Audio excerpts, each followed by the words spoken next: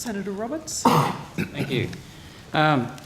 Just following through on Senator Rice's questions before I get on to my main questions, are you aware, Minister, that the area of fire damaged bush in Australia in 1939 was several times greater than this past summer? A little bit before my time, but Before mine too. wasn't implying that it wasn't.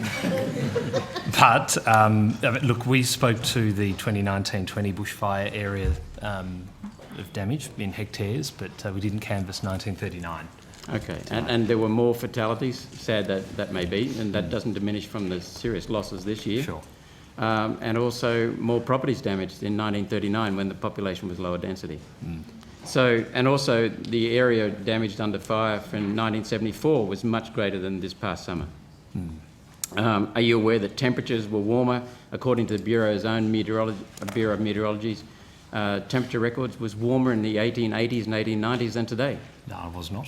Okay. Are you aware that CSIRO has admitted to me that they have never said there's any danger from human production of carbon dioxide, and that they've admitted that today's temperatures are not unprecedented? I wasn't aware of that conversation, no. Okay, so let's move on to agriculture and fishing.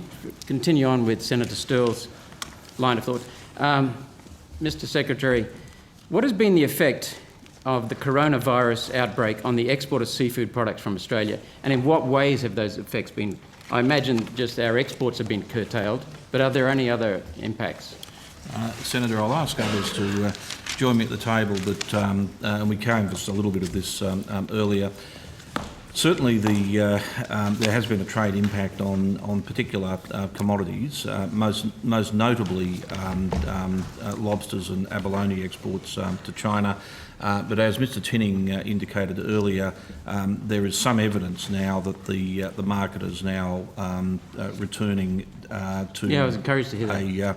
Certainly not returning to where it had been, but it seems to have bottomed out and heading back in the right direction, although prices remain quite low for those particular With this sign of an commodities. uptick, someone said earlier on? So Mr. Tinning may choose to add to that, but in addition, we're obviously aware that a number of other exports have been impacted, particularly those that have a very significant China focus. So everything from wool through to some meat products. Indeed, I think I noticed an article in the media this morning quoting Roger Fletcher, who of course is one of our biggest exporters of sheep, that although the impact had been significant, again he was seeing signs of a recovery as the virus appears to be, and I'm not a doctor, but the information I have is that there appears to be a slowing of the spread of the virus in China itself. Now, beyond China, of course, there could be a whole series of other impacts as other countries become more affected, but because China is so much of our agricultural exports, the impact there has been quite swift for some of those. Has it been a closing of the borders from the Chinese to Sorry, imports? Senator, I just has the reason for the decrease in our exports to China of seafood and agricultural products been a closing of the borders or just demand decreasing? It's been demand Purely associated, as far as we can say. No unofficial closing of the borders? No, not that we've detected, Senator. The other issue that has potentially got an impact is obviously a reduction in the number of air flights between Australia and China and the rest of the world, and also an impact on shipping as well. So, but the main impact, I think, is because of a reduction in demand as China has effectively shut down many of its markets. And what's that done, apart from the decrease in demand, which is significant? What are the flow-on consequences of that in our, particularly our fishing industry? I'll get Mr. Tinney to add any further detail, Senator. Yeah, so obviously the effect varies across sectors. So as the Secretary indicated, the seafood industry has probably been the most impacted in the short term. But obviously those prices are rebounding and demand's rebounding in China as restaurants begin to open, and we haven't seen a major closure of supermarkets or anything like that. So most non-premium food products remain relatively unaffected at this point. But of So it's course, mainly the premium products that have been hit. yeah, Because- hit because hardest restaurants have in the shut. short term, that's correct. But there's also obviously been a fall in manufacturing in China, as many workers have not returned to work at this point, and that's got effects for industries such as wool. Okay. So what plan is in place, if any, to revive the industry when trawlers stay in port and harvested fish have limited markets to be satisfied? I guess building on Senator Still's question about what do we do? Well, there's been... What a fishing industry. I think on the trade side, Senator, we've been working with industry to identify other markets to which they might send their products and work on market access arrangements for those. A number of those markets already have Could you tell access me arrangements in place. what you mean by improved market access? So working with the industry to identify those countries that they can already access through, because we have agreements around phytosanitary arrangements or food safety arrangements. We already have existing regulatory agreements with those countries. So markets where we would have a competitive advantage against someone else? Potentially, Or yeah. easier access? That's right, but it really depends on, that's a business decision for industry itself. So, for example, in the case of rock lobster, one of the concerns in accessing other markets, and Mr Tinning indicated before that other markets include Malaysia or Singapore, one of the concerns the industry has got is that they won't receive the same premium price that they would in China, Yeah. and so it may not be as advantageous. But on the trade side, that's one of the things that we've been doing to assist them, and as Mr Tinning said, there have been 5 roundtables, I think, so far that the Department and Foreign Affairs and Trade have hosted with industry to talk about coronavirus and its impacts.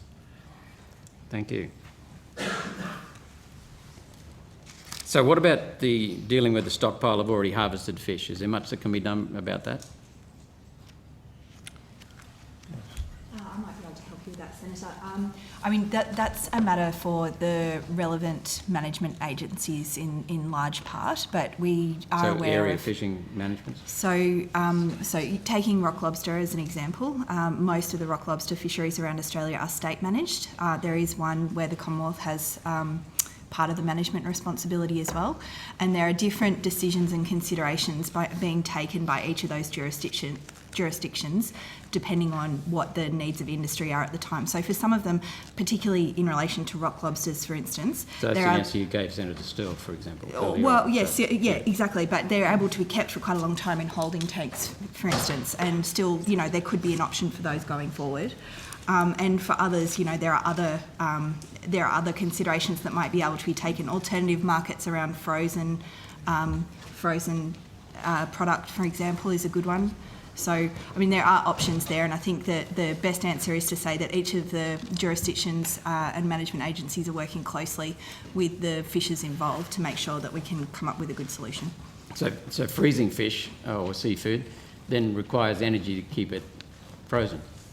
I mean, energy prices now are pretty high. Sorry. That's not your responsibility. Yeah. I'm not I putting think that was on a you. bit, but Yes. I asked a question on February 6th of Senator Birmingham in his capacity of representing the Minister for Agriculture. And in his answer, he incited quite a bit of anger amongst their constituents because he said that at the moment we don't import crustaceans. Well, in fact, we do. We import lobsters, lobster tails from Florida, I believe, and also other countries. Crabs, yeah. Is there any thought about restricting imports to look after our own fishermen? At this stage, Senator, there's no consideration being given to restricting imports. Part of the reason for that is that many of the regulatory arrangements that we have and market access arrangements that we have with other countries that I touched on before are reciprocal. So if we were to restrict imports from those countries, it's very likely that we would face retaliatory action from those countries in terms of our access to their markets. So at this stage, that's not something that's being considered. So that's one of the consequences of free trade deals. It's a function of more global trade and free trade, yes. Could just one more? One more. It's a very simple one. I think the answer is pretty simple, but I just needed to ask this. I understand that the coronavirus initially came out of a Chinese fish market, if you could confirm that yes or no, but the more more important question is to do with, are there any routine checks if this virus can be transmitted through seafood? Because I understand it can now be transported through animals like dogs. Are there any ways of checking the importing of our fish? Because we import 3/4 of the seafood we eat. Senator, I don't think we're the right people to confirm or not confirm exactly where the virus originated. Yeah. It obviously I respect that. came from Wuhan. And on the issue of transmission, my understanding it was only human-to-human transmission, but I will double check to see if there's any more information about any other form of transmission. Okay. So These viruses are prickly customers. I'll take that on notice, Senator, and I'll check. Thank you, Chair. Thank you, Senator Roberts.